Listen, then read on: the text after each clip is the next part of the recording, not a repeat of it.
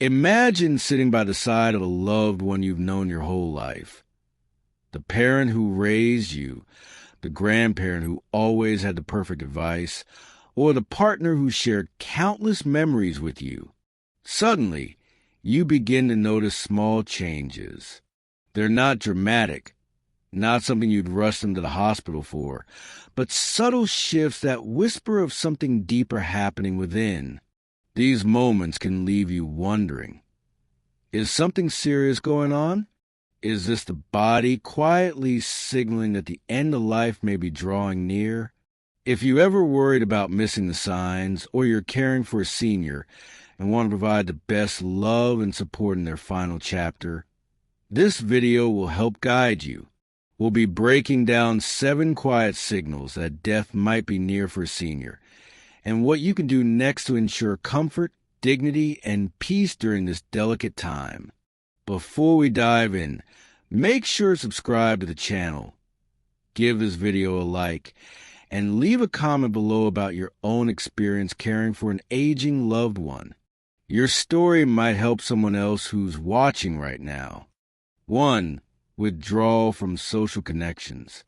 One of the earliest and quietest signals that death may be near for a senior is withdrawal from social life. This doesn't usually happen suddenly. It begins subtly: less phone calls, fewer family gatherings, less interest in hobbies or community activities they once cherished. For some seniors, it might mean sitting quietly while everyone else is talking, or offering short answers instead of their usual lively stories. For others, it's declining invitations they would have never missed before. This withdrawal is not always about sadness or depression. In many cases, it's the body and mind beginning to conserve energy, turning inward as part of the natural process of life drawing to a close. It's the body whispering, it's time to rest. Seniors may feel too weak to engage, or simply prefer silence and solitude. What to do next? Instead of pushing them to talk or join in activities, shift focus to presence. Sit quietly with them. Hold their hand. Put on soft music they love. Sometimes the most meaningful moments are in shared silence, where no words are needed. Family members should understand that this is not rejection, it's transition. Encouraging peaceful, short visits can provide comfort without draining their limited energy. A true story. A caregiver once shared the story of her 87-year-old mother, who was always the life of family gatherings. In her final months, she started sitting by the window instead of joining the living room conversations. At first, the family worried she was upset, but she wasn't. She simply wanted to watch the garden she loved and listen to the sounds outside. The family adjusted, spending quiet moments with her near that window. When she eventually passed, her children said those peaceful afternoons of silent togetherness became some of their most cherished memories. It reminded them that love doesn't always need words. It just needs presence. 2. Changes in sleep patterns. Another quiet but powerful signal that the end of life may be approaching for a senior is a noticeable change in sleep patterns. Unlike the normal fatigue that comes with age, this stage is different. Seniors may begin to spend the majority of the day asleep, drifting in and out of consciousness, and showing little awareness of time. Some may suddenly wake at odd hours during the night, while others may seem to nap constantly without ever being fully awake. These changes are not random. They are part of the body's natural slowing down as it conserves energy for the essential functions that remain. Family members often find this difficult to accept, mistaking it for laziness or even boredom. But in truth, the body is gradually preparing itself for the final transition. Less energy is needed for eating, moving, or socializing. Instead, The body focuses inward, and sleep becomes the most comfortable and natural state. What to do next? Caregivers should honor these changes instead of trying to force the person to stay awake or maintain old routines. Create a peaceful environment that makes rest easier. Soft lighting, quiet surroundings, and familiar, soothing voices. Adjust your visits to align with their energy levels, offering companionship when they are awake rather than insisting on rigid schedules. Remember, rest is not withdrawal from life. It's part of the closing chapter of life's story. A family once shared the experience of their father, a retired teacher who always woke early to read the morning paper. In his final months, he began sleeping long hours, sometimes missing entire days of family activity. At first, his children tried to keep him awake, reading the news to him aloud or encouraging him to join them for meals. But they soon realized his body was leading the way. They adapted, choosing instead to gather around him quietly when he dozed in his favorite armchair. One day, he briefly woke, smiled, and whispered, "I love hearing you all together." That moment, though brief, became one of the family's most treasured memories. They understood then that his rest wasn't a sign of leaving them too soon. It was his way of slowly letting go, while still feeling surrounded by love. 3. Changes in appetite and eating habits. Another quiet but significant signal that death may be near is a change in appetite and eating habits. For most of their lives, seniors have had routines around meals, breakfast at the table, Sunday dinners with family, or a favorite snack before bed. But as the body begins to prepare for its final chapter, those patterns often change dramatically. A once hearty eater may suddenly show no interest in food, skip meals entirely, or only take small bites before pushing the plate away. Drinking fluids may also become less frequent, and eventually, even swallowing can seem like too much effort. This decline is not a conscious choice. It is the body's natural way of shutting down. The digestive system slows, energy requirements decrease, and the sensation of hunger or thirst fades. While family members may find this distressing, urging their loved one to eat often causes more discomfort than relief. Food that once brought joy may now cause nausea, choking, or simply feel overwhelming. What to do next? Instead of insisting on full meals, focus on comfort. Offer small sips of water, ice chips, or moist sponges to keep their mouth from feeling dry. If they do want something, let them choose, even if it's only a spoonful of pudding or a taste of broth. The goal isn't nutrition at this stage. It's dignity, peace, and avoiding discomfort. Most importantly, recognize that not eating is part of the body's transition, not a rejection of life or family. One daughter shared the story of her 92-year-old mother, who had always been a passionate cook. In her final weeks, her appetite nearly disappeared. Family members struggled at first, preparing her favorite meals and feeling hurt when she wouldn't touch them. But then they shifted perspective. Instead of forcing food, they began sitting with her at the table, sometimes offering just a small piece of fruit or a spoonful of soup. One evening, she surprised them by asking for a tiny taste of her favorite apple pie. She only took 2 bites, but the smile on her face and the joy of that simple moment brought the whole family to tears. Later, they realized that it wasn't about the food. It was about honoring her wishes and cherishing connection. That tiny slice of pie became a lasting memory, a reminder that love is served not in plates of food, but in presence and understanding. For physical weakness and declining mobility, as the body nears the end of life, Physical weakness becomes one of the most visible and challenging signs. Tasks that were once second nature, like standing up, climbing a few steps, or lifting a cup of tea, can suddenly feel overwhelming. The loss of muscle strength and balance often leads to more time spent sitting or lying down, and movements become slower and more deliberate. Even lifting the head or turning in bed may appear to require great effort. This decline is not simply fatigue. It is the body gradually losing its ability to sustain itself. For family members and caregivers, this change can be both painful and alarming. Watching a loved one who once worked tirelessly in the yard, cooked for the whole family, or carried grandchildren on their lap, now struggle to stand can stir up feelings of grief before the final goodbye. But this stage also offers an opportunity to support them with compassion and dignity. What to do next? Focus on safety and comfort. Rearrange the living space so they don't need to climb stairs or walk long distances.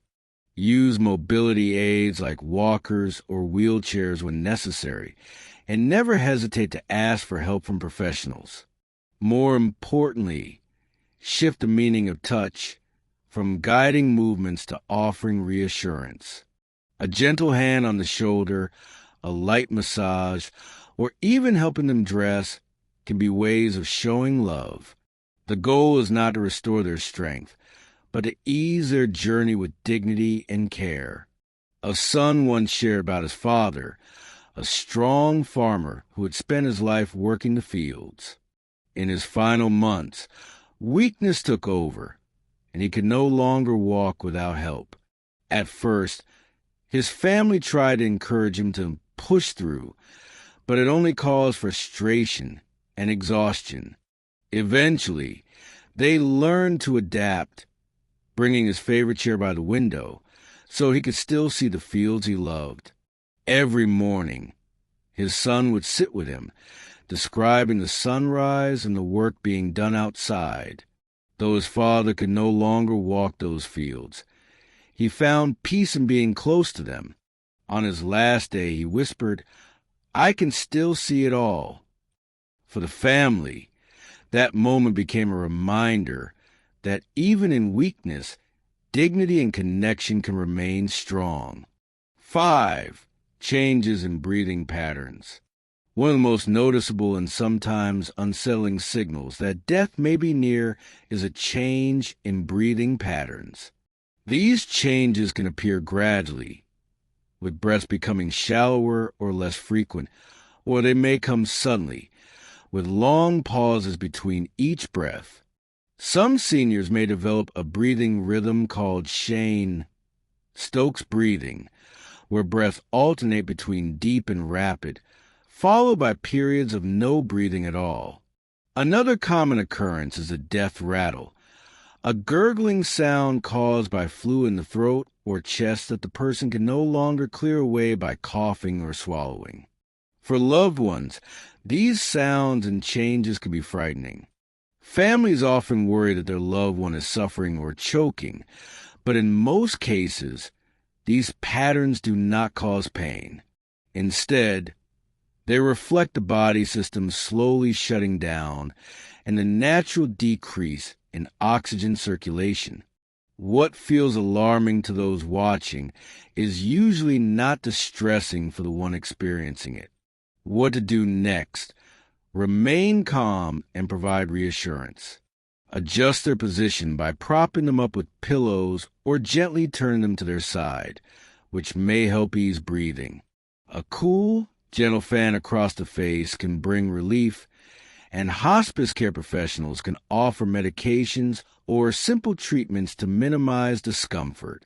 Speak softly, play calming music, and remember that your presence is often the most powerful comfort you can give. A granddaughter once shared her experience of sitting by her grandmother's bedside in her final days. Her grandmother's breathing had become irregular, with long pauses that left the family anxiously waiting for the next breath. The gurgling sound of the death rattle frightened them, and they feared she was in pain. A hospice nurse explained that while it sounded distressing, their grandmother wasn't suffering.